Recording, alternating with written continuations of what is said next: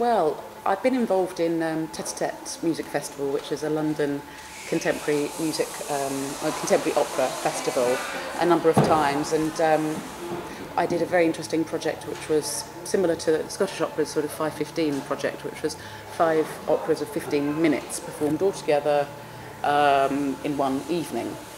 And so it's a real challenge for young composers to edit and to manage a story, a libretto and their music in such a restricted time frame.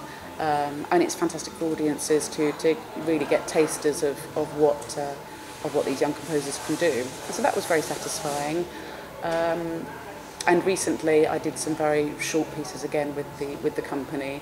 And the process is always very satisfying because you usually turn up on day one having not seen the music, and then you all work it out together, and quite often you're working with quite different musicians. So the last project was with a cello and an accordion player, and that was the only accompaniment, and there were 2 singers.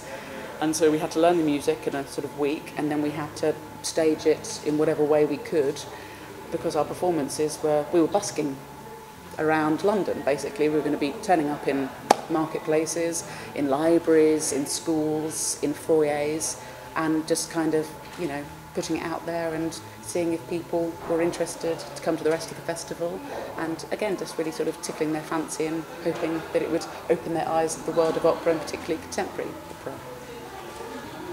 For audience members, what do you think would surprise them about the life of a young opera singer?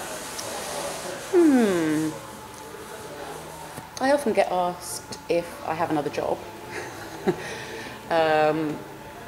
People tend to find it quite hard to believe that you can make a living from opera singing. And I think there's ups and downs with it. Sometimes it's quite hard and challenging to make a living from it.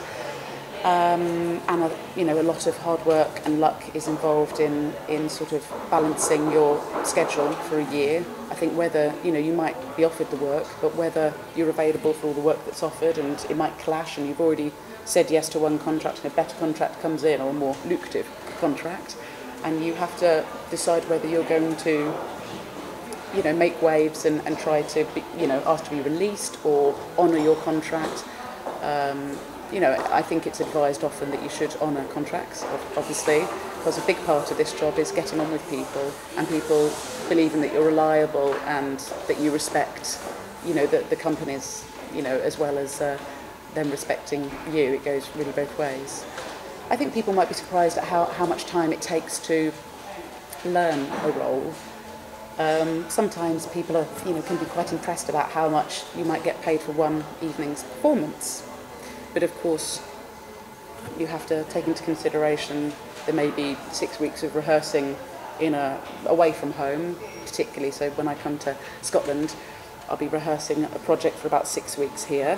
But of course, I would have been studying at home for, it could be anywhere up to a year, really, on and off, and definitely very intensely for a few months before I start the project, having singing lessons and coaching lessons on it, studying the language or the nuance of the piece, whatever that might be, the particular style.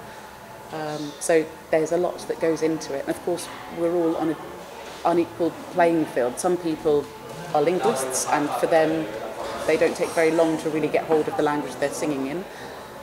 Some people are wonderful sight readers, so they just turn up and they produce the goods without having to put hours of note bashing into it.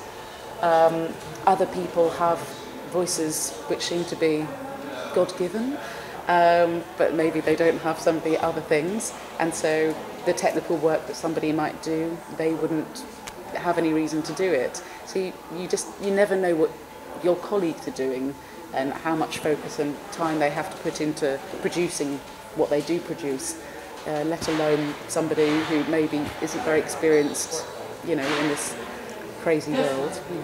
Stephanie, thank you very much.